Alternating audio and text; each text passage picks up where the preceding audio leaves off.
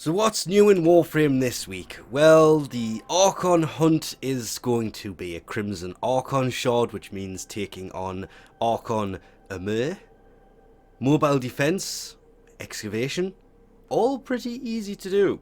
Even though it's high level, that's nothing when you think of how level some other things can be at the minute. Meaning, of course, Chipper will have the Amber Archon shard. There it is, sitting down there, looking all amber. Next week he will have the Crimson. That will be amber, by the way.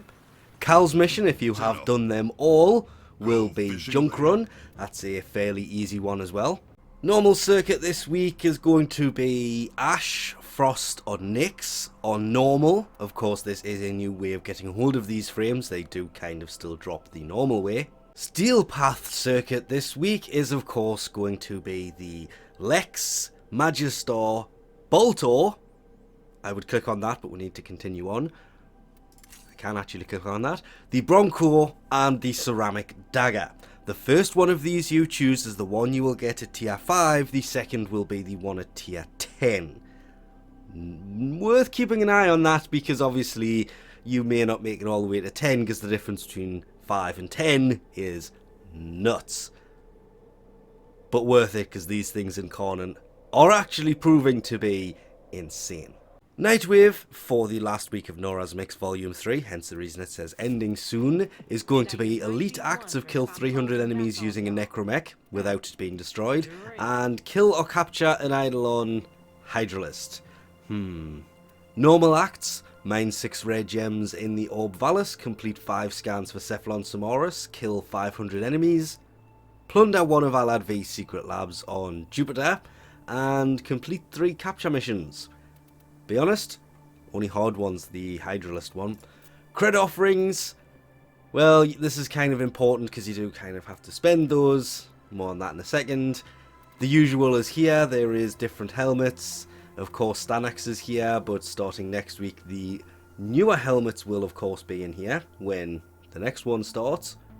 Auras, Loot Detector, Deadeye, that one's pretty useful because for sniper rifles it's plus 52.5% damage. Sniper Scavenger, EMP Aura for minus hit chance against the enemies. Physique can be useful for maximum health, just remember that's 90% of your base health, not modded health. And Infested Impedance, it slows down the infested. Skins, we have the Cindo Manticore skin. I wish we could rotate these faster, but never mind. The Tonkor Desert Camo skin blueprint. There is the Cindo Daggerak skin blueprint that's hidden behind Frost's butt. There it is. The Maylock Desert Camo skin blueprint. We have Grohl's Thumper Floof. Weapons-wise, the Dark Sword is here. I do like the Dark Sword. It is very interesting because it does radiation damage. There is the Ceramic Dagger. Interesting timing on this one, considering you can get the Incarnon for it. Very, very interesting, actually. But, of course, the Dark Sword is the better of them. And the Glaive, which, of course, is the better of all three, because, well, the Prime version is better, but it's the only way to get the blueprint for that. There is Grohl's Hobla Floof, the Exurgus Shock Camo skin blueprint. Augments, we have the Rubico's minus Zoom, Atlas's Rumbler augment, Viper's ammo efficiency on headshot, Ivara's quiver augment, Volt's electric shield, and double tap for the Latron. 20% bonus damage on next shot for 2 seconds on hit.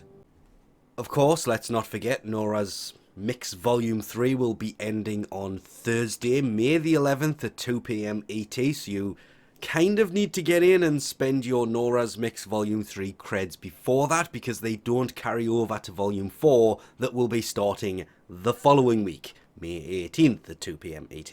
Running in to see what Teshin has for his Steel Path on a store this week, and it is... that's not what I meant to click on. It is of course going to be the 50,000 Kuva for 55 Steel Essence. That is actually worth picking up, as of course would have been his 2 week ago bring, but that always worth picking up because it's 15 Steel Essence for 10,000 Kuva, so Yeah.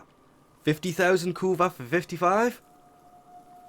That's a hell of a deal. And lastly, if you have Helmets Invigoration segment, it's worth having a look at that. It is different for every player as to what you can get, but remember every 10th Invigoration does allow you to mutate it and put it on any frame that you want to put it on. So always worth keeping an eye on that. And with that, we'll leave this off here. Thanks for watching, and I'll catch you next time.